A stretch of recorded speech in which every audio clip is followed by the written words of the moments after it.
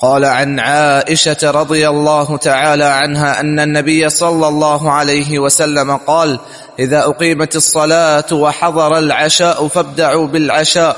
وعن ابن عمر نحوه متفق عليه. ولمسلم عن عائشة رضي الله تعالى عنها قالت: سمعت رسول الله صلى الله عليه وسلم يقول: لا صلاة بحضرة الطعام ولا هو يدافعه الأخبثان.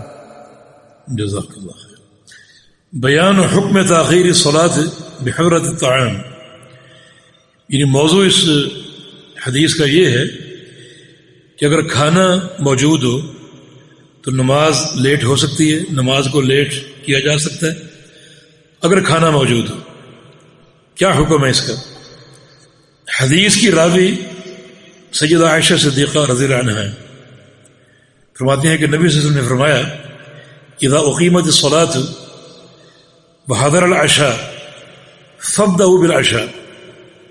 جب جماعت قائم ہو جائے، نماز قائم ہو جائے، کھڑی ہو جائے، اس کی اقامت شروع ہو جائے یا اقامت دے دی جائے، آپ اس اقامت کی آواز سن بھی لیں، وحضر العشاء، اور آپ کا رات کا کھانا بھی حاضر ہو، موجود ہو، تو فابدؤوا بالعشاء، تو رات کے کھانے سے آغاز کرو، پہلے کھانا کھا لو اور پھر آ کر نماز ادا کرو.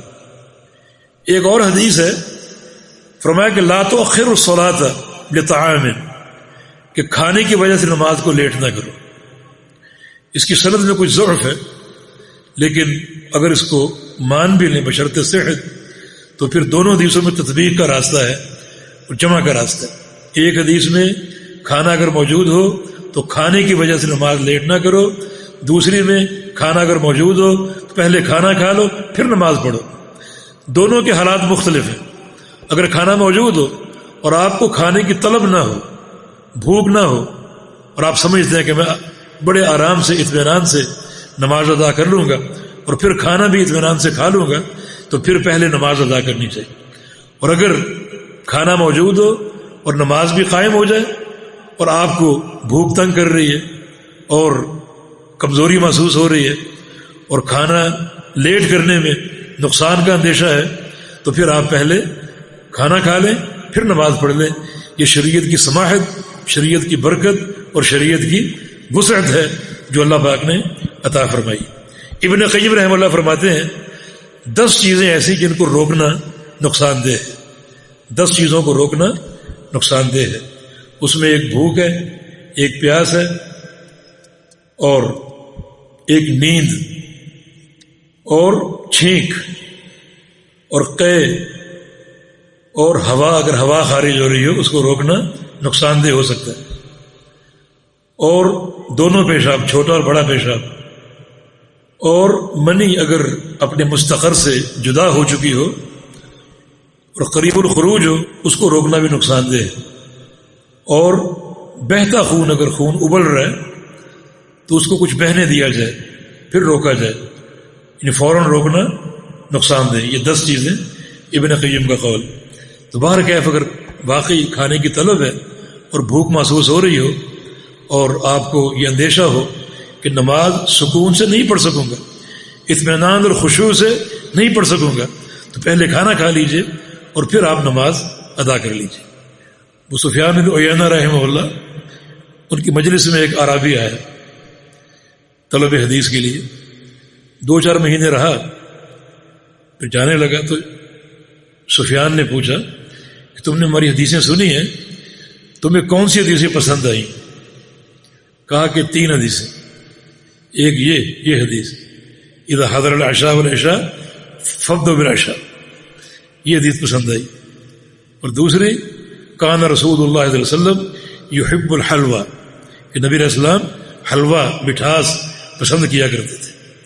اور تیسری لیس من البر الصیام فی السفر، کہ سفر میں روزہ رکھنا نیکی نہیں ہے. یہ 3 حدیثیں مجھے پسند آئی. باہر کیا ولمسلم عن عائشہ رضی اللہ عنہا قالت سمعت رسول اللہ صلی اللہ علیہ وسلم یقول لا صلاۃ بحضرۃ طعام ولا وهو يدافع الاخبثان.